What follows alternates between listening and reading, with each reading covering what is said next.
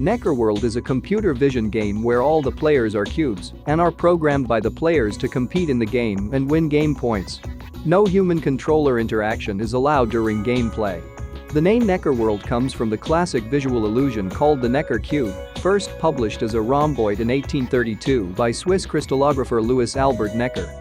Neckerworld is designed to teach students about human and computer vision systems, object detection and identification, visual field construction, autonomous movement and strategy.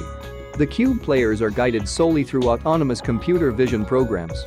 To successfully play the game requires a competent program to do object detection and identification, playing field knowledge representation and strategic decision-making. All the players, the males, females, NBs, and predators, are cubes. The males have a blue or bluish external skin. The females are white or gray.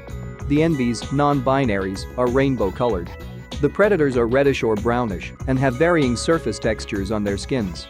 The only other objects are energy sources, and they show a food item on all four faces of the cube and have a green top surface.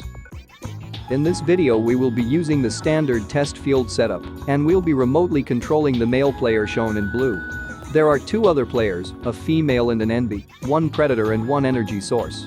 Those players and object will remain static in this demo. Notice the orientation and direction of view of the male cube. The female and NB are straight ahead. The example player control program, play.py, brings up the control panel with left and right viewing windows and various other control buttons and text fields.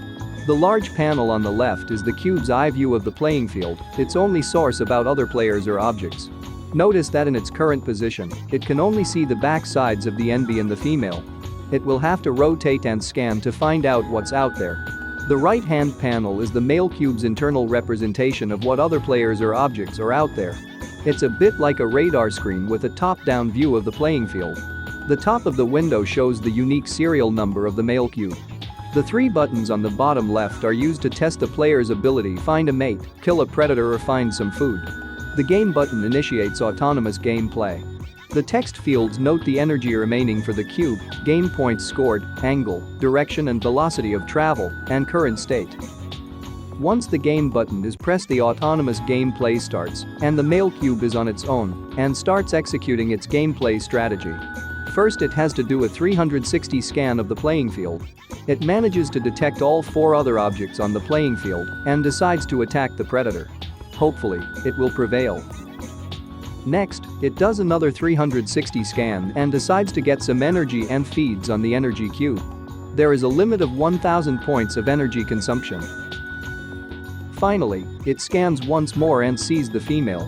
It decides to mate and heads her way. Bumping into her completes the union, and the male will decide on its next move. Please note that all the previous activity was 100% program controlled with no human intervention. Thank you for watching the Neckerworld.